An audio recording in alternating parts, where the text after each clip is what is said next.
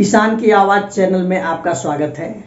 आज के बदलते परिवेश में किसान भाइयों पैसे की बहुत आवश्यकता है। महंगाई अपने चरम पर है और बाहर भी शहरों में जा कर के भी बहुत अच्छी कमाई नहीं हो रही है। काम धंधे बंद हो रहे हैं। जहां सैलरी 15,000 मिलती थी, आज वहां पर 8-9 हज़ार रुपये में काम करने के लिए मजबूर है। तो ऐसे में अगर आपके पास थोड़ी सी ज़मीन है तो उसमें आप तकनीकी ढंग से खेती करके अच्छा खासा मुनाफा कमा सकते हैं। तो हम इसी प्रकार की खेतियों के संबंध में आपसे बातें करते रहते हैं।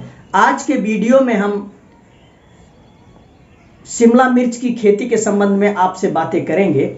आप कैसे हर महीने 12 महीने शिमला मिर्च की खेती करके अच्छा मुनाफा कमा सकते हैं। यदि आपने हमारा चैनल अभी तक सब्सक्राइब नहीं किया है तो अभी सब्सक्राइब कर लें। हम इसी तरह का वीडियो लाते रहते हैं, तो अगले वीडियो का नोटिफिकेशन प्राप्त करने के लिए बेल आइकन बटन दबाएं। तो आइए शुरू करते हैं आज का वीडियो।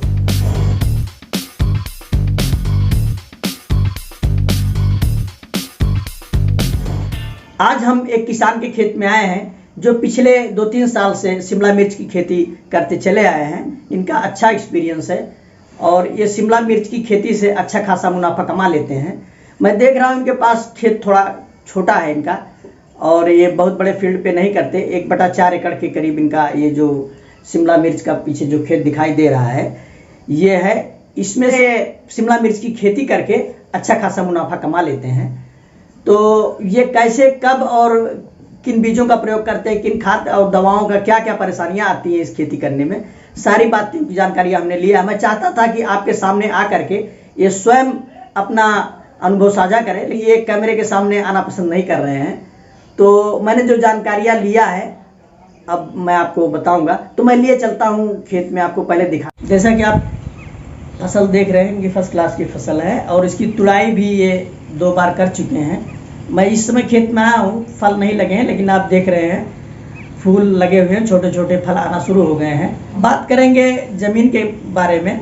तो इसके लिए ज़मीन थोड़ा ऊँची रहनी चाहिए ताकि उसमें बरसात के सीज़न में जल भराव ना हो सके और उसका पीएच मान 6 से 7 होना चाहिए। वैसे तो ये सभी प्रकार की भूमि में पैदा किया जा सकता है, लेकिन इसके लिए बलुई दोमट मिट्टी ज़्यादा उपयुक्त मानी जाती है। नर्सरी की बात करेंगे तो नर्सरी हम क्यारी में भी डाल सकते हैं और प्लास्टिक का ट्रे बना रहता है, मार्केट में 50 रुपये के आसपास मिल जाता है और एक ट्रे में 105 बीज डालने के लिए हमें ग्लास रहता है। तो उसमें कोकोपीट में हम बीज डाल सकते हैं। इस किसान से मैं पूछ रहा था तो इन्होंने कोकोपीट में ही अपने पौधे तैयार किए हैं।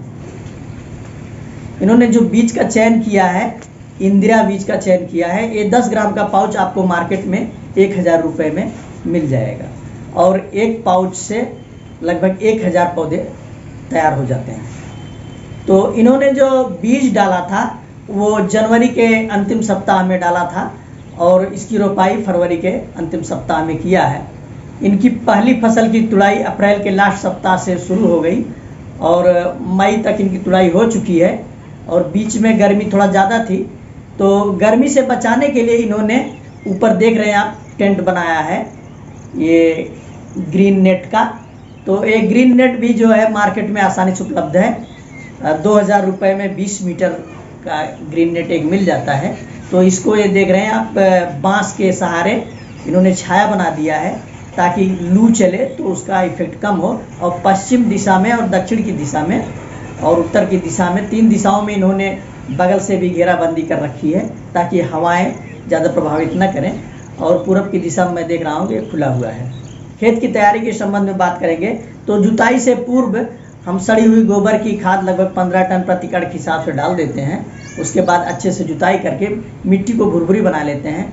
अंतिम जुताई से पूर्व प्रति एकड़ के हिसाब से 100 किलोग्राम DAP, 50 किलोग्राम यूरिया और लगभग 60 से 70 किलोग्राम पोटाश डाल करके हम अच्छे से मिक्स कर देंगे। खेत तैयार होने के बाद लगभग 20 सेंटीमीटर ऊंचा हम बेड बना लेते हैं और इस बेड पर 4 फीट चौड़ी मल्चिंग लगाते हैं। ये 400 मीटर का रोला मार्केट में आसानी से 1700 से 1800 रुपये में मिल जाता है। तो इस किसान ने लगाया है और बीच बीच में नालियां हैं तो नालियों के दोनों तरफ बेड पर इन्होंने ये पौधे लगाए हैं। एक पौध से दूसरे पौध की दूरी लगभग 60 सेंटीमीटर 2 फीट दूरी पर इन्होंने पौध का रोपण किया है।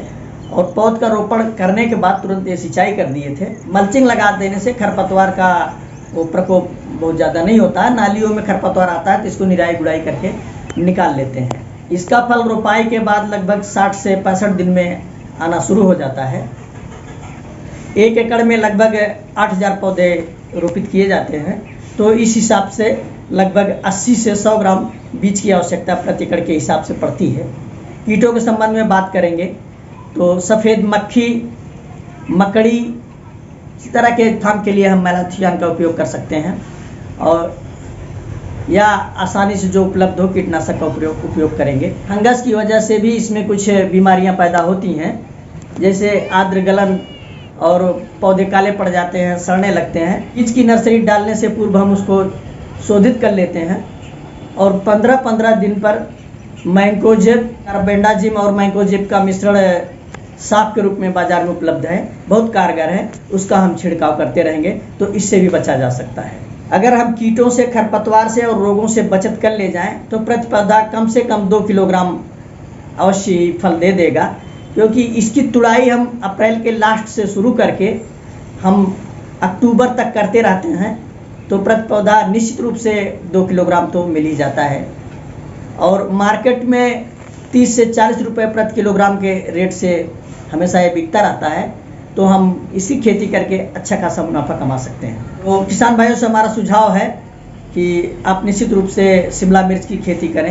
यह आसानी से पैदा किया जा सकता है और अच्छा मुनाफा कमाया जा सकता है। यदि हमारा वीडियो आपको पसंद आया हो तो लाइक करें और हमारे चैनल को सब्सक्राइब करें। धन्यवाद। मिलते हैं अगले वीडियो में।